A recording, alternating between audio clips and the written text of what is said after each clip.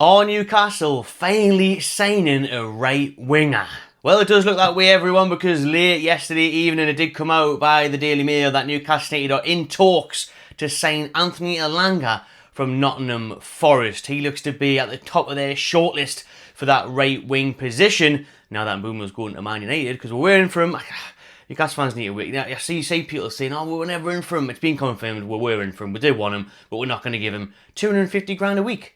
So that's why he's picked Man United. So we're in for Mbeumo. Obviously, if you don't think we are, you're daft as out, to be honest with you, because of course we're. Why wouldn't we be in for one of the best right wingers, if not the best, on form and goals and assists last season in the Premier League? But he's going to Old Trafford, he's going for the money. Good riddance. Let's move on. So we are moving on to an old familiar face in Anthony Elanga, a player we did try and sign on deadline day last summer for 35 million, rising to 40 million in add-ons, but that was rejected by Forest. I mean, that late on deadline day, you knew that was going to happen, really, didn't you? You know they're not going to accept that without time to get the replacement through the door. But now Eddie Howe has identified Elanga as a top target. Saying that, though, he is also still considering 3 or 4 other options on the right wing. So this isn't solidified now. It isn't like Elanga or nothing, a bit like bloody Gahey or nothing last summer for centre-back. There's still options on the table, but the main one they're focusing on right now is Nottingham Forest Elanga, and we are in talks with Forest over signing him. They have made that inquiry, and we're going to see what Forest are saying valuation-wise. They're on about it could be up to 50 million plus. 50 million plus, I mean, it's gone mad, hasn't it? I think what we offered last year is fair. 35 rising to 40. I think around 40 million quid is fair for Elanga. He got 17 goals and assists last season in the Premier League, and what was obviously a great season for Forest. But I mean, 50 million tops. But this is the modern day. And when people were saying, oh, Mbeumo's not worth 50 million, the numbers he's been putting up for years, it's just football now. Do you know what I mean? 50 million.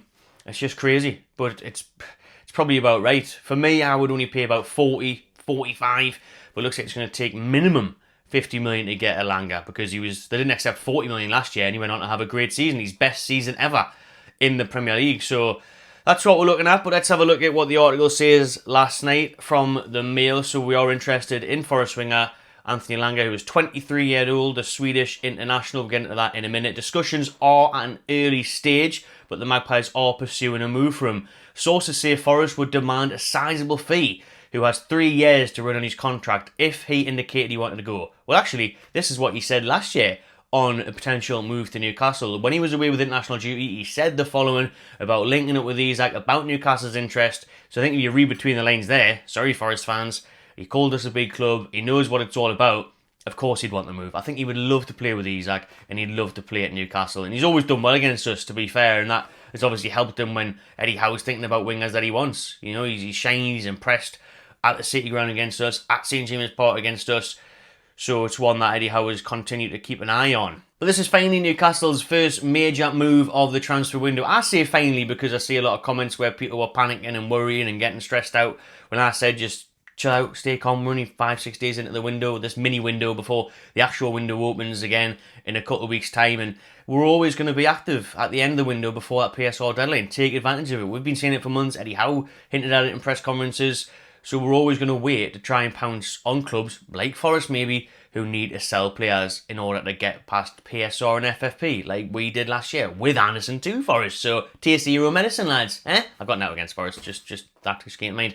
But you know what it is, that's what happened. Do you know what I mean? Can we just give them Odysseus back, and we'll have Elanga, give him a bit of cash as well? Anyone wants bloody Odysseus, bless him. Elanga scored 6 times last season, and he does operate from the right wing, a priority position for Newcastle, which we know. But he has also played as a kind of false 9 and as a striker for Nottingham Forest, behind the two that they play. His 10s there, he gives Whites and that, so he can play down the middle. He's also played off the left. Played off the left quite a bit for Manchester United when he broke through a few years ago, so he can play across that front three. We know that's what Eddie Howe and the team want at Newcastle, someone who's versatile across the attacking line, and he would suit the bill there for the Toon. 11 assists last year, very good, you know what I mean? I mean, Jacob Murphy was putting up unbelievable numbers last year, but we know he needs competition, so Elanga could be the one. And they're quite similar in terms of the way they whip the ball in. You know, Elanga always gets that low, deep cross in, or the high-pitch cross to Chris Wood for the headers and that. So he does have that crossing capability. What he's best at is the pace. Obviously, electric pace, absolutely rapid.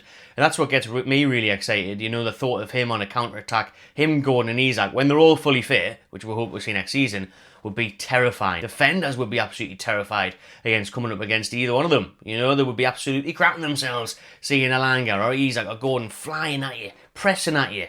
You know, that's what we need. That's what we want. And that's the desire of Eddie Howe. And, you know, on that counter-attack, it would be so dangerous. And that would be a huge, huge positive for Newcastle and a real threat. The pace, the power. He does have a great work rate as well, which obviously Howe's going to look at for our system. He would be a hard-working player. He would track back, would graft his arse off, suit the system, and be dangerous in attack as well. So that's good. That all sounds good and well, doesn't it? Positive for Newcastle. On Elanga, then, listen, I do like him. He wasn't my first choice. I remember we did the Mbumo breaking news on Monday night when he picks Man U, and Elanga's obviously right up there. You know, the people that are linked is, you know, your Elangas, your Semenyos, your Bakayokos, McAtee, Grealish. You know, there's loads of players that would go on and on, but Elanga's not necessarily my top pick now. Even after Mbumo, he's up there. Do you know? We don't know who's Newcastle's top pick. I mean, Sky Sports are reporting that we're still in talks with another 3 or 4 players, potentially, depending on what happens with Elanga. They might go to Forest, and Forest might say, want 60 million. Poof, see you later. Right, move on to such and such. So, you might see that. But at the minute, they're in discussions with the chosen Elanga, and that's the way they're going to go. But it'd be a good signing. I'm backing it, of course. Do you know what I mean? I'll back the lad if he signs, but I have warmed to the idea in the past couple of days since that live stream, because what you've seen there from him the last season, goals, assists, but the work rate, everything else he brings to the side, he would fit the front three nicely. I like it. It would be a very good signing. Now, it's not quite the marquee, exciting signing that I had in mind or that a lot of fans wanted on social media, but I think a lot of people are backing it because they can see what he's done in the Premier League and they see what he could bring to the club. So there is that as well. And listen, look what Eddie Howe's done with Murphy. So given the time, Elanga's going to kick on and be bloody unbelievable. You know, he's only 23, so there's years and room for development and improvement, because what he's done with Murphy, who's now 30, it's amazing. Do you know what I mean? So what he could do with Elanga, you would have a really promising future, and maybe that's why Elanga looks at that and thinks, my ceiling could be absolutely huge here and I could really kick on in my career. So I think he would want the move. Newcastle obviously want him. It's just that, you know, we're talking a lot about how could get the best out of him, he could improve him. It's just, for me, I want someone who can come in and do it now. You know what I mean? We need competition for me. If you give him a kick up the arse so he can continue his rich run of form and then have someone else there. So Elanga's good, but I just had in my head someone who was going to come in and set the world alight straight away. And Elanga might do that, but he may take a couple of seasons to get running where he does that on a consistent level. But I do like Elanga. I really like him. I really like the idea of the whole Swedish link-up as well. You know, the Swedish House Mafia. Get that at the Toon. Him and Isak, they do so well in national duty together. They're really good mates. The chemistry's there already. That helps massively. So he's going to know inside out where Isak runs, how Isak moves, where he wants the ball crossed to. That is a huge, huge bonus. Having that ready-made there. And we know Gordy on the left, if he gets up and running again, or if he goes to Liverpool, you got Harvey Barnes there, whatever. So there's options. You know, there is options. And he does have that pace and that power that we like to have in our attack and our style of play. So I do like that. That is a huge selling point for me now, thinking about Isak and him and the link up and together and all of that. So, Elanga would be a top signing. Like I say, it wouldn't be an amazing one, a one that's super exciting, but it's a practical one. It's one that'll work. He's done it in the Premier League, and he's only going to improve on Eddie Howe. So, I like it.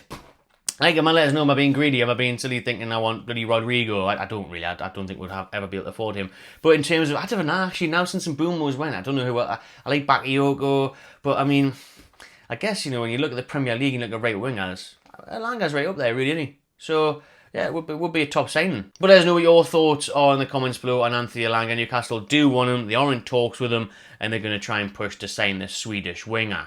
Now then, speaking of bringing the Swedish House Mafia to the Toon, let's go back to the Brazilian boys. And Newcastle are interested in another Brazilian, Rodrigo Muniz from Fulham. And what I've just said about Eddie Howe being impressed by seeing Elanga in the flesh, he's obviously been impressed by seeing Muniz in the flesh as well, because the player who scored against Newcastle at St James's Park this season, when he was on that little hot patch, he had a really big hot patch last season as well. But he's done well, but he's been in and out of the team lately. At Fulham for Jimenez has got back into things, but Newcastle United are going to move for Rodrigo Muniz as that backup option to Alexander Isak. That's the rumour right now. So after missing out on Delap, the club have had a close look at Muniz, and he could leave Craven Cottage this summer. as the Brazilian's representatives are exploring possible options. Newcastle have met with the 24-year-old's camp last month over a potential move, with 2 other Premier League clubs also in contact. Muniz scored 11 goals in all competitions last season after netting 10 during the 23-24 campaign, and has previously been linked with Chelsea and Spurs. Now, Chelsea are signing everybody this window, again. Spurs obviously got Solanke, but do they need a backup?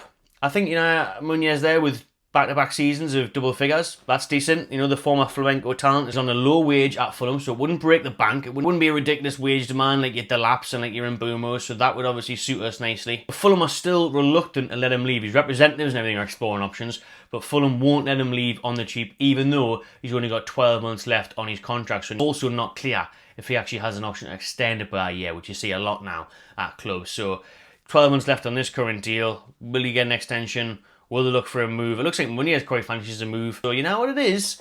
This is different, because I was saying about Elanga's not the big shiny name, but he's the starter. I want someone to come in and hit the ground running on that right wing there and challenge Jacob Murphy and then bounce off each other, and I think they could really improve each other as well. Same with Isak, but you're going to find it so difficult to find any striker that is happy to compete with Alexander Isak, because they all know they're not going to get a game unless he's injured. Look at Delap. He's in talks, yeah, but he would have said, well, can I have the number 9 shirt like he's got at Chelsea? Can I play? Don't know. Probably not. Maybe the cup. Maybe 20 minutes, yeah. Maybe together. Nah, see you later then. Because Isak's the main man. So Rodrigo Muniz would come in. He's happy to rotate at Fulham. He's happy to be the man where he's trying to lead the line. He's a different option. He's a plan B. He's a unit. He's a decent goal scorer. He's sure he's got a decent finish in him. 2 seasons in a row now where he's had over 10 goals. So I like him. I think it's a solid option. And he's young as well. And he's Brazilian. So we all know what happens with young Brazilians at the Toon. They get better and better. Big Joey. So big Muniz. Get him in. I really like this deal, I do. I think this is a kind of perfect backup to Isak, where you can bring him on for 20 minutes. He'll unsettle defenders. He'll hold the ball up. He'll link it up to Elanga.